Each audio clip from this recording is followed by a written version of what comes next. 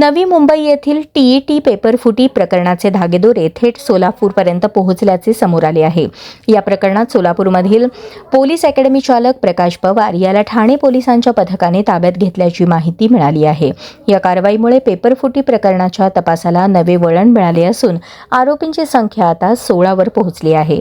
मिळालेल्या माहितीनुसार प्रकाश पवार यांची सोलापूर शहरातील विजापूर रोड परिसरात पोलीस अकॅडमी आहे। पेपरफुटी प्रकरणाच्या तपासादरम्यान काही महत्त्वाचे धागेदोरे समोर आल्यानंतर ठाणे पोलिसांच्या विशेष पथकाने सोलापुरात येऊन ही कारवाई केली।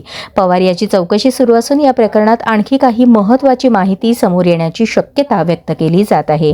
दरम्यान विजापूर रोड परिसरातील संबंधित पोलीस अकॅडमी गेल्या 2 वर्षांपासून बंद असल्याची माहिती स्थानिकांकडून देण्यात आली आहे।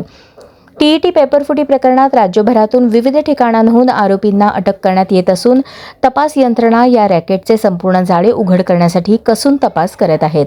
सोलापुरातील या कारवाईमुळे जिल्ह्यातही खळबळ उडाली असून पुढील तपास ठाणे पोलीस करत आहेत।